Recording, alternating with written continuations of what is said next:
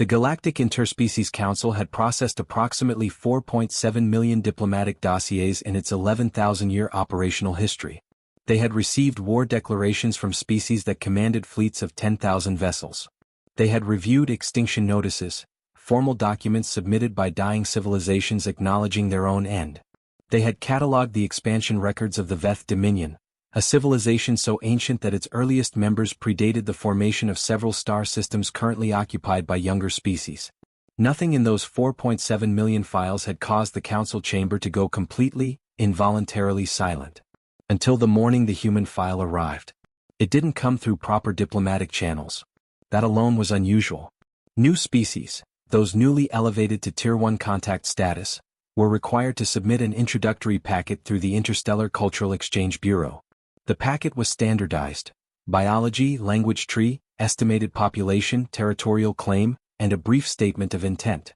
Most species took generations to compile it properly. A few had submitted packets so sparse they consisted of little more than a star map coordinate and a drawing of their homeworld. The humans submitted theirs in 41 days. Not 41 cycles. Not 41 rotations relative to some ambiguous local calendar. 41 standard council days, a unit of measurement humanity had not officially been taught yet. They had apparently reverse-engineered it from the timestamp format embedded in the first contact probe the council had sent to their solar system. Counselor Veth Or of the Theron Collective was the first to open the file. She was a 400-year-old diplomat, a species known for their composed reaction to almost anything. She read for approximately 6 minutes before she quietly set down her information tablet and said nothing. The chamber waited. "Someone else should read this," she said finally. That was how it began. The file itself wasn't threatening. That was the first thing every analyst noted when they were later debriefed. It didn't contain any declaration of war, any territorial demand, any language that could be interpreted as aggressive expansion. On the surface, it was a standard first contact introductory packet. But the details, the quiet, relentless, almost offhand details, were what stopped every reader cold.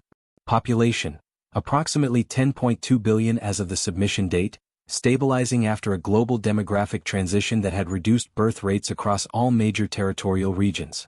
The note in the margin, submitted voluntarily and unsolicited, read: "We expect this figure to remain stable for the next 3 to 4 generations. We are currently prioritizing quality of existing population infrastructure over expansion.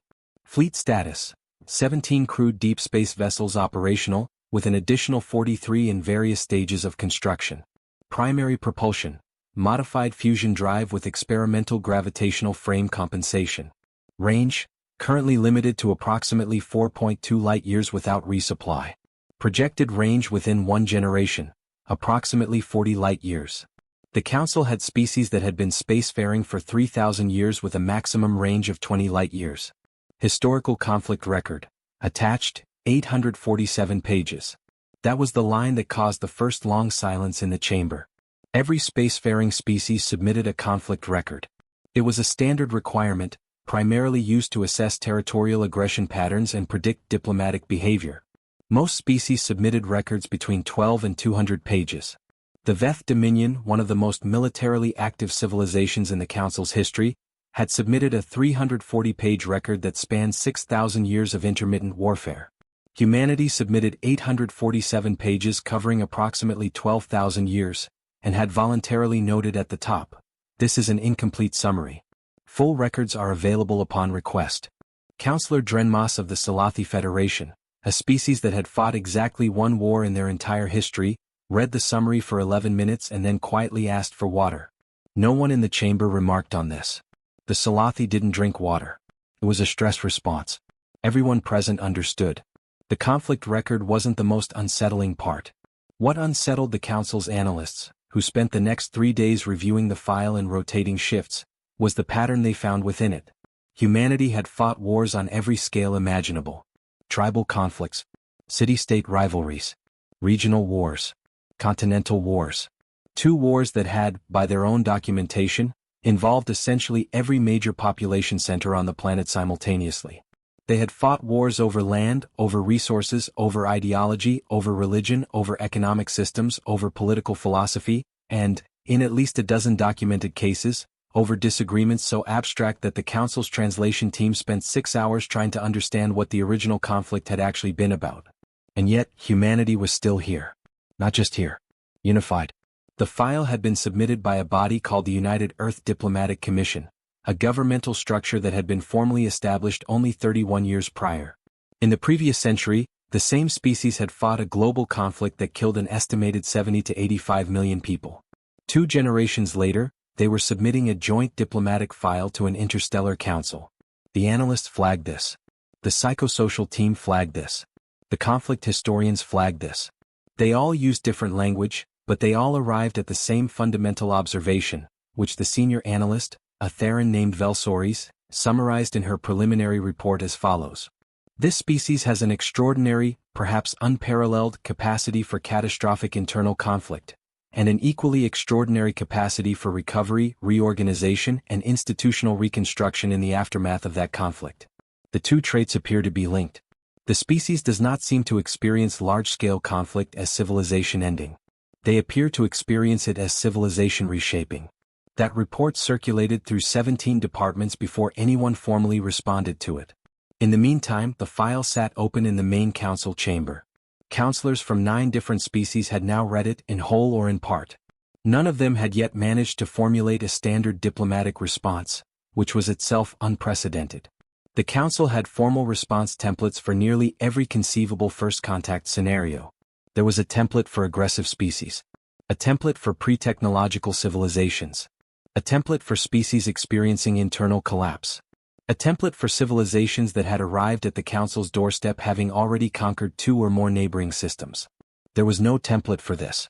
Because the humans hadn't conquered anyone. They hadn't threatened anyone. They had simply submitted a file. A straightforward, technically compliant, completely transparent introductory packet. And somehow, that packet had communicated something that no threat, no fleet display, no territorial claim had ever communicated in 11,000 years of Council history. These people knew exactly who they were. They knew their history. They had documented it in full, with apparent clarity and without obvious sanitization. They knew their current capabilities and their limitations. They knew where they were going. And they had submitted all of this, voluntarily without being asked in 41 days as if to say, here is what you're dealing with. We thought you should know. The chamber was quiet for a long time after the last counselor finished reading. It was Counselor Vethor who finally spoke. We need to schedule a formal response meeting, she said. And I would suggest we do not send a junior delegation. No one disagreed. Outside the Council's orbital station, the stars continued their slow, indifferent rotation. Somewhere, approximately 94 light-years away, a small blue planet was waiting to hear back. It had been 41 days since they sent the file. They were, presumably, still waiting. The Council's Department of Pre-Contact Intelligence Analysis had a reputation for thoroughness. They employed 1,400 staff across 9 species, operated on a rotating review cycle that ensured no single analyst's cultural bias dominated any given assessment, and had a formal protocols manual that ran to 6 volumes. In their 3,000-year operational history, they had assessed 2,200 first contact files. Their average turnaround on a Tier 1 priority review was 14 days. The human file review had been running for 6 days and showed no sign of concluding. This wasn't because the file was poorly organized. It was, by most accounts, exceptionally well organized. The humans had used clear sectional headers, provided a detailed table of contents, included a 22-page glossary of their own terminology and measurement units, and had even submitted a brief cover document explaining their submission philosophy. The cover document read, in part, "We have attempted to be as transparent as possible in this submission, on the theory that a relationship between intelligent species is best begun with honesty rather than strategic impression management. We recognize this approach may be unusual." It was, the analysts noted, extremely unusual. Most species submitted first contact files designed to present their best qualities while minimizing or omitting their most problematic characteristics. The Salathi Federation's original file had carefully described their single historical war as a brief period of territorial negotiation. The Veth Dominion had categorized 8 centuries of active imperial expansion as consolidation activities. This was not considered dishonest. It was simply standard diplomatic framing, the interstellar equivalent of a job applicant listing detail-oriented, instead of obsessive. The humans had not done this. Their conflict record section opened with the following statement: human history includes extensive and recurring periods of organized large-scale violence. We have not omitted these periods from this submission. We believe understanding them is essential to understanding us. It was this commitment to completeness that had driven the review timeline far beyond normal parameters. Because what the analysts discovered as they worked through the 847-page conflict record was not simply a list of wars. It was, in the words of senior analyst Velsoris, a master class in civilizational stress testing. Page 312 was where the first significant alert was raised. The page in question covered a period the humans called the Cold War, approximately 4 decades in their 20th century during which two major power blocs had maintained an uneasy strategic equilibrium while simultaneously developing, deploying, and pointing at each other enough nuclear weapons to render their planet uninhabitable several times over. What flagged the alert was not the weapons themselves. The Council had seen nuclear arsenals before. Several spacefaring species had passed through similar technological phases. What flagged the alert was a single footnote. The footnote read, "At peak deterrence, the combined arsenal of both primary powers represented approximately 15,000 strategic warheads, with combined yield sufficient to produce a nuclear winter lasting an estimated 10 years. This level of mutually assured destruction was maintained as a deliberate strategic equilibrium for approximately 35 years. Neither party fired first. The analyst who flagged it, a young Theron named Asavel on only her third review assignment, added a note that would later become one of the most discussed observations in the department's history. She wrote, "They built the weapons. They pointed them at each other. They knew exactly what firing them would mean. And they chose, every single day for 35 years, not to fire." This was not absence of capability. This was presence of restraint under sustained existential pressure. Flag for senior review. Senior analyst Velsoris reviewed the flag, then reviewed the surrounding pages, then spent 40 minutes sitting quietly at her desk before composing her response. She wrote, "Confirmed. Escalate." The escalation triggered a formal briefing to the Council's Security Assessment Board, a body that typically convened only when a newly contacted species had demonstrated active hostile intent or had arrived in Council space with weapons deployed. The humans had done neither. But the Security Assessment Board convened anyway because someone had recognized that a species capable of that particular kind of restraint was worth taking very seriously, and that taking them seriously was not the same as fearing them. It was simply accurate. The board convened over 2 days.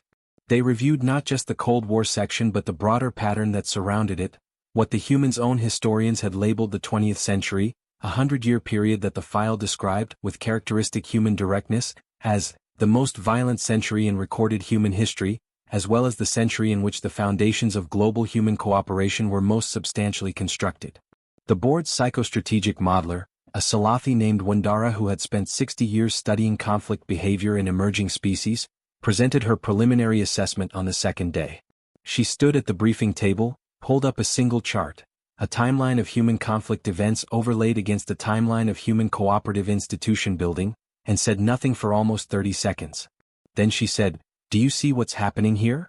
The chart showed something that none of the board members had seen in any other species file. The conflict events and the cooperative institution building events weren't sequential.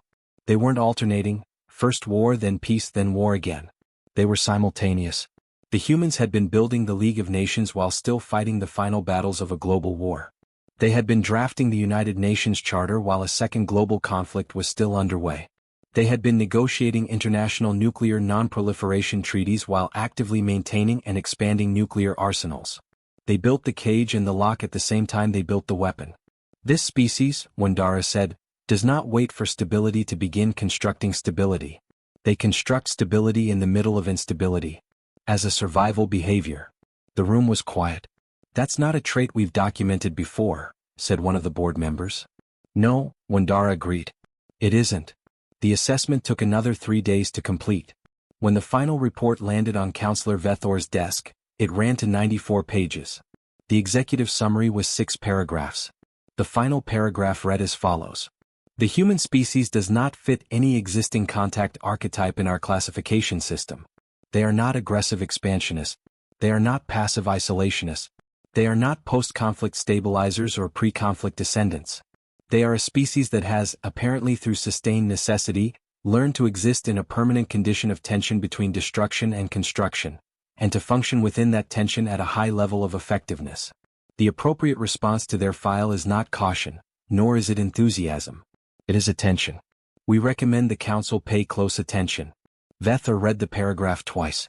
Then she sent a message to the Council's Chief Protocol Officer, requesting that the formal response to humanity's file be elevated to Tier 1 status, the same tier reserved for encounters with the 3 oldest civilizations currently active in the galaxy. The Protocol Officer wrote back within minutes. The message said simply, "Already done." There is a standard question embedded in every first contact diplomatic exchange. It exists in some form across nearly all known spacefaring civilizations. It predates the Council by thousands of years. It was old when the first interstellar treaties were signed. In the Council's official protocol documents, it is listed simply as the orientation question, and it reads as follows. What does your civilization consider its primary purpose? The question sounds simple. It is not. It is, in practice, one of the most revealing data points in any first contact assessment. Species answer it in ways that tell you almost everything you need to know about them. The Veth Dominion had answered, expansion and preservation of Veth culture and genetic continuity. The Salathi had answered, maintenance of internal harmony and sustainable coexistence with our environment. A species called the Merevtal, who had been contacted 600 years ago and subsequently collapsed into civil war within 3 generations of Council membership, had answered, perfection. The Council's analysts had learned to read these answers carefully. They had, over millennia, developed a detailed taxonomy of response types, and they could usually place a new species somewhere in that taxonomy within the first few lines of their answer. Humanity's answer to the orientation question had been submitted as an appendix to the main file, on page 743. The Council's translation team had taken 4 days to finalize the rendering, not because the language was technically difficult, but because they kept second-guessing themselves. The answer as submitted read as follows. We don't have consensus on this. We're still working it out. That was the complete text of the answer. 7 words. Followed by a 14-page explanatory note. The note did not, as some analysts initially hoped, resolve the ambiguity. Instead, it documented the ambiguity in considerable detail. It explained that human civilization had, at various points in its history, organized itself around dozens of competing primary purposes: survival, expansion, spiritual fulfillment, economic growth, technological progress, artistic expression, ideological propagation, and various combinations thereof. It noted that no single purpose had ever achieved stable consensus across all human populations for any sustained period. It further noted that humanity had not, historically, considered this lack of consensus to be a problem requiring resolution. And it concluded with the following observation, which the translation team had flagged as potentially significant. We have found that civilizations which achieve premature consensus on their primary purpose tend to stop asking the question. We consider the question itself to be more valuable than any single answer we might give it. Councillor Drenmas of the Salathi Federation read this passage 3 times. Then he requested a private meeting with Councillor Vethor. They met in one of the Council's smaller conference rooms, away from the main deliberation chambers. Drenmas was a species that communicated emotion primarily through subtle shifts in bioluminescent patterning across their skin. Vethor had learned, over centuries of diplomacy, to read Salathi bioluminescence the way others read facial expressions. She noted, as he entered the room, that he was cycling through the pattern her experience told her indicated something between intellectual disturbance and reluctant admiration. You've read the orientation question response, she said. I've read it 6 times, he said. I'm not sure it's an answer. I think that's the point, she replied. He was quiet for a moment. Every civilization we've encountered has answered that question with a fixed point. Something they're moving toward or something they're defending. Even the ones who gave destructive answers, the Merevtal, the early Veth, at least gave us a fixed point. A direction. The humans gave us a process, Vethor said. Yes. He paused. Do you know how difficult it is to build a threat model around a process? This, ultimately, was the practical problem the Council's Security Assessment Board had been quietly wrestling with for days. They could model a civilization with fixed goals. They could predict, with reasonable accuracy, how an expansionist species would behave as it gained access to greater resources and range. They could model ideological civilizations, resource-driven civilizations, survival-focused civilizations. They had no model for a civilization that had explicitly declined to fix its own purpose. The board's threat assessment document, when it was finally distributed to senior counselors, ran to 200 pages and ultimately concluded with a paragraph that the board's chair described, privately, as the most honest thing we've ever written.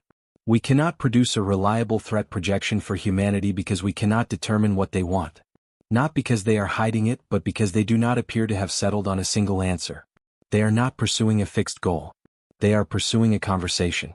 We do not have a framework for modeling that.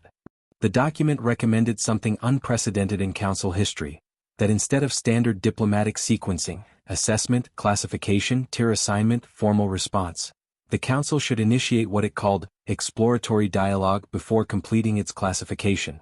In 11,000 years of operation, the council had never asked a species for clarification before classifying them. The motion to initiate exploratory dialogue passed 17-1. The single dissenting vote came from the Veth Dominion's counselor, who submitted a written objection arguing that a species that cannot state its own purpose represents an unacceptable uncertainty and should be classified provisionally as unpredictable. The objection was noted. It was also quietly kept on file, because several of the council's senior analysts privately agreed with the concern, even as they voted the other way. They weren't uncertain about humanity because humanity seemed dangerous.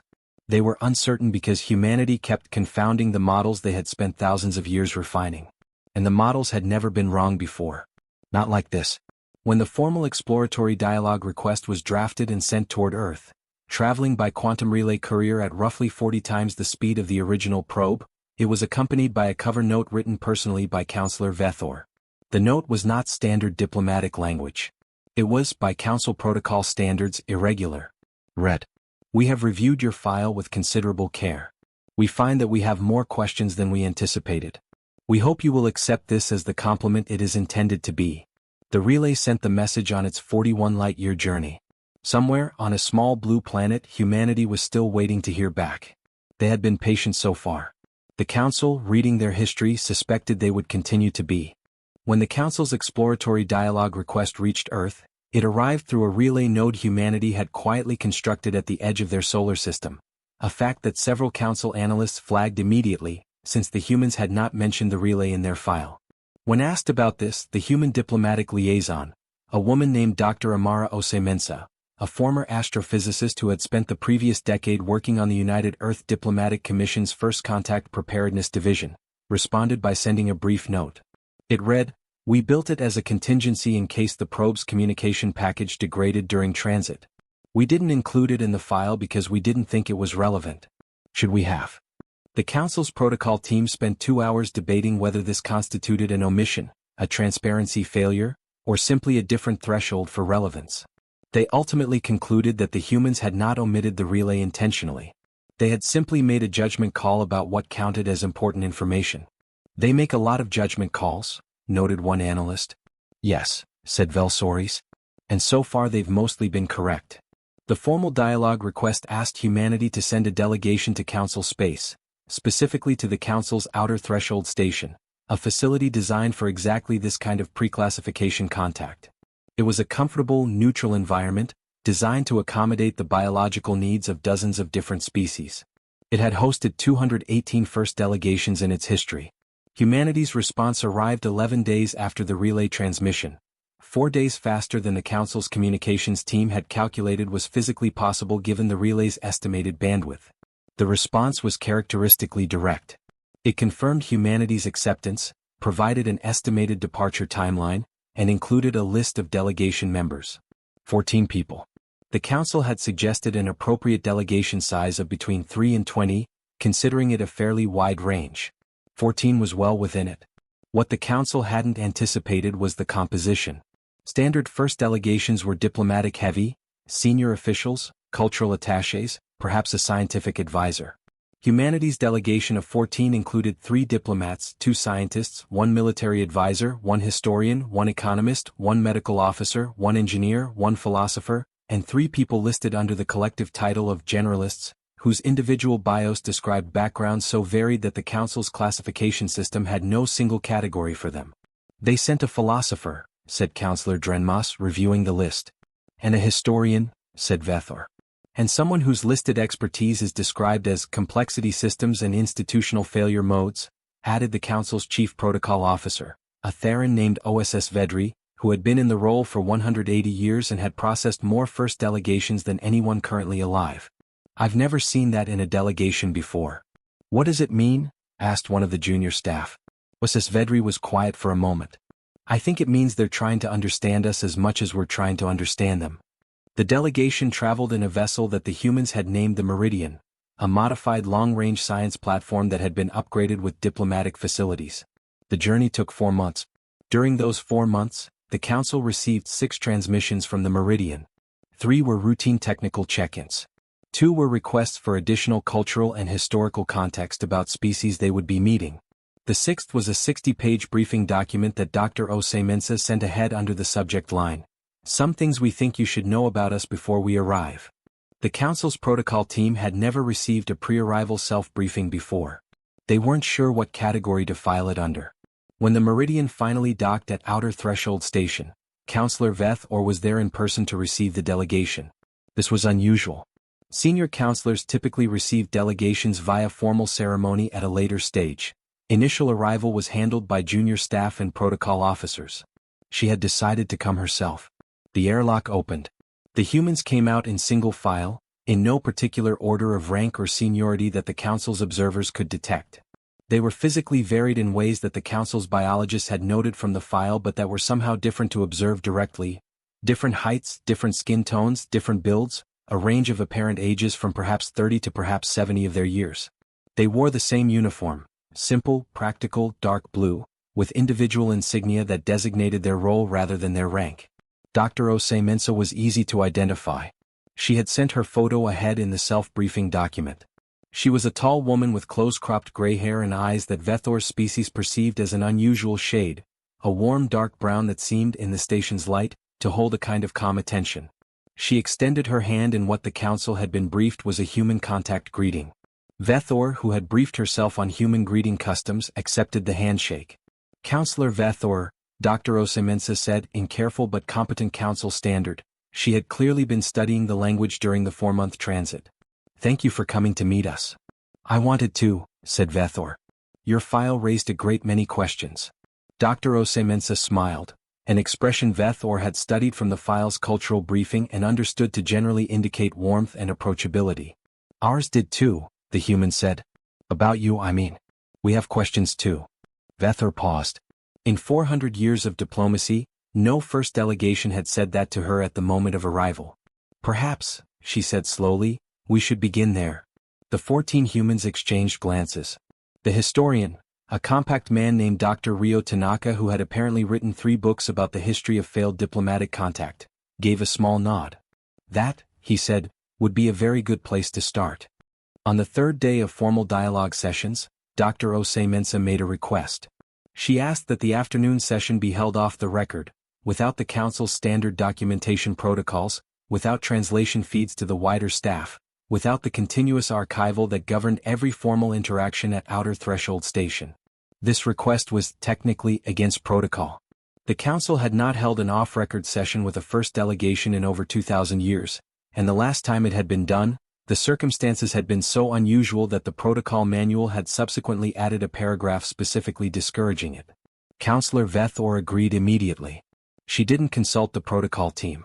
She made the call herself, informed OSS Vedri quietly and asked for the documentation systems in Conference Room 7 to be suspended for 3 hours, and said nothing to the wider Council staff about why. 7 people sat in that room. On the Council side, Veth-Or, Drenmas and OSS Vedri. On the human side, Dr. Ose-Mensah, Dr. Tanaka and 2 others, Major General Yuki Hashimoto, the delegation's military advisor, and Dr. Lena Vasquez, the economist. No one recorded what was said. What follows is a reconstruction, based on the individual written notes that several participants submitted to their respective institutional archives in the months that followed. Dr. Ose-Mensah opened by saying that she wanted to ask the Council something that the official process didn't quite have room for. She asked, "What are you afraid of?" Counselor Drenmas, whose bioluminescent skin flickered through several rapid pattern shifts, replied, "We are not certain afraid is the right framing." "I'll accept uncertain," said Dr. Ose-Mensah. "What are you uncertain about?"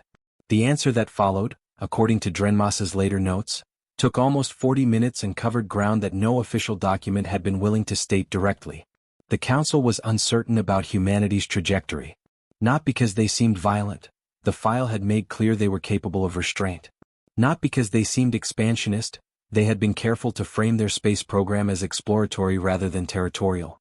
Not because they seemed ideologically aggressive. Their orientation question response had been disarmingly transparent about the absence of ideological consensus. The uncertainty was this: humanity was the only species in council records that had survived repeated near-extinction events. Not through isolation, not through withdrawal, not through any single decisive adaptation, but through what amounted to continuous improvisation under pressure. And civilizations that survived through improvisation were, structurally, very difficult to model. The council had models for almost everything.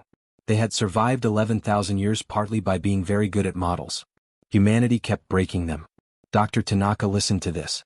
Then he said something that Drenmas recorded in his notes with an annotation that read simply, "I did not expect this."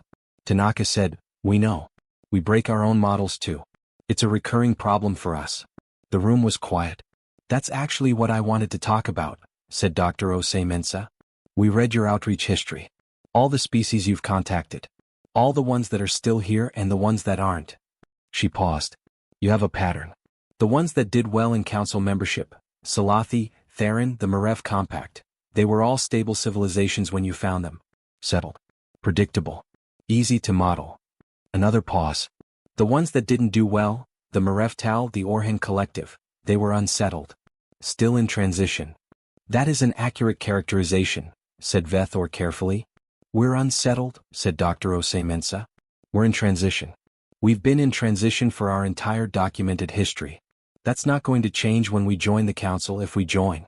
We're going to keep changing, keep improvising, keep breaking models." She leaned forward slightly. "We think you should know that. Not as a warning. As a fact." Major General Hashimoto, who had been silent until this point, spoke. "We also think," she said, "that you should know we understand the risk of that and we take it seriously. We have spent a very long time learning to build institutions that survive our own instability. We're not perfect at it, but we've had a lot of practice." Dr. Vasquez, the economist, added the last piece. "We're not asking you to trust us because we're stable," she said. "We're asking you to trust us because we've survived being unstable, repeatedly, and we're still here, still talking, still trying to be better than we were. That's the only track record we have. We thought you deserved to know that's what you'd be working with." Wasis Vedri, who had been in his role for 180 years and had seen things that would have retired a lesser diplomat generations ago, wrote in his notes later that evening, "In 180 years, no first delegation has ever sat in that room and told us exactly what they are and exactly what their limitations are. I do not know what to do with that. I suspect it is the most honest thing I have ever heard in a diplomatic setting." The session ran over by 40 minutes. No one mentioned the time. When they finally stood to leave, Dr. Osei-Mensah stopped at the door. "One more thing," she said, turning back to Vethor. "The Marev Tal. The ones who didn't make it. What happened to them?" Vethor was quiet for a moment. "They achieved consensus on their primary purpose," she said finally. "And then they stopped asking what came next." Dr. Osei-Mensah nodded slowly. "We'll keep asking," she said. She walked out. The formal vote on Humanities Council membership status was scheduled for the 42nd day of dialogue. By council protocol, a first contact species could be classified under one of 5 tiers: provisional observer, active observer, associate member, full member, or, in cases deemed significant, priority partner.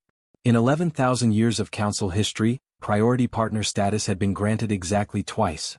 Once to the Theron Collective, whose scientific contributions had accelerated council technology by an estimated 3 centuries, and once to the Salathi Federation, whose diplomatic frameworks had stabilized 4 separate interstellar conflicts.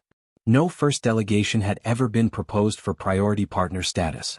On day 38, the Salathi councillor submitted a motion. He proposed that humanity be admitted directly to associate member status, skipping both observer tiers entirely, with a formal review for priority partner consideration within 10 of humanity's years. The motion was co-signed by Councillor Vethor. The chamber did not react quietly.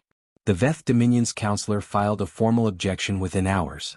The objection was lengthy and covered familiar ground: humanity's instability, their unmodeled trajectory, the unprecedented nature of the proposed accelerated admission.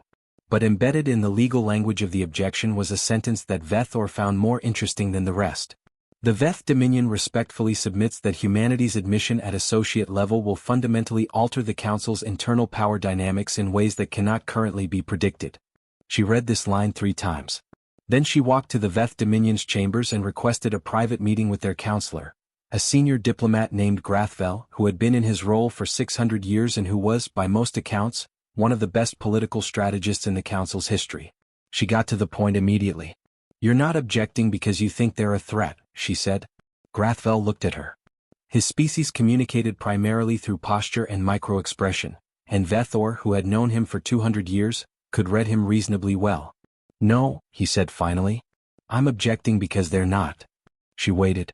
"A threat we can model," he said. "A threat we can counter, contain, negotiate with. Humanity isn't a threat. They're a variable. And variables at associate member level have structural influence over Council decisions. In 10 years, their 10 years, with their rate of development." He paused. "We don't know where they'll be. And that means we don't know where we'll be." Vethor considered this. "That's also true of every associate member we've ever admitted," she said. "Not at this rate of change," he said quietly. "Not with this capability for institutional adaptation." She understood then. It wasn't fear of what humanity might do. It was uncertainty about how the Council itself would adapt to humanity. The Veth Dominion had spent 600 years building influence within the Council's structure. They had models for every other member species. They knew how the Salathi voted on resource allocation questions. They knew how the Theran approached scientific sovereignty disputes. They had spent centuries calibrating to the known variables. Humanity was not a known variable. "I can't promise you they're predictable," Vethor said. They were very clear about that themselves. "I know," said Grathvel. "That's the problem." The vote took place on day 42 as scheduled. The motion for associate member status passed 14-3. The Veth Dominion voted against as expected. 2 smaller member species abstained, citing insufficient assessment time. Dr. Ose-Mensah received the notification in her quarters at Outer Threshold Station. She read it twice, then forwarded it to the rest of the delegation with a single line of text. "We're in. Now the work starts." Dr. Tanaka, the historian, replied within minutes. He wrote, "For the record, I'd like to note that we are the first species in Council history admitted at associate level on our first contact visit. I think that deserves at least a moment of acknowledgement." Dr. Ose-Mensah replied, "Noted. Moment acknowledged. Back to work." What none of them said, what Vethor suspected all of them understood, was that the vote wasn't the achievement. The vote was the beginning. The Council had opened a door that had been opened carefully, after 4 months of extraordinary scrutiny, by people who had read 847 pages of human conflict history and reached the conclusion that the species which produced that history was worth knowing. The humans had submitted a file. The Council had read it. And now, for the first time in 11,000 years of operation, the Council wasn't entirely sure what came next. That, Councillor Vethor reflected as the chamber cleared, might be exactly as it should be. 11 years after humanity's associate member admission, the Council's archival division completed a retrospective analysis of the first contact process. It was standard practice. The Council conducted retrospective analyses on every significant first contact at the 10-year mark, assessing how initial projections had compared to actual outcomes.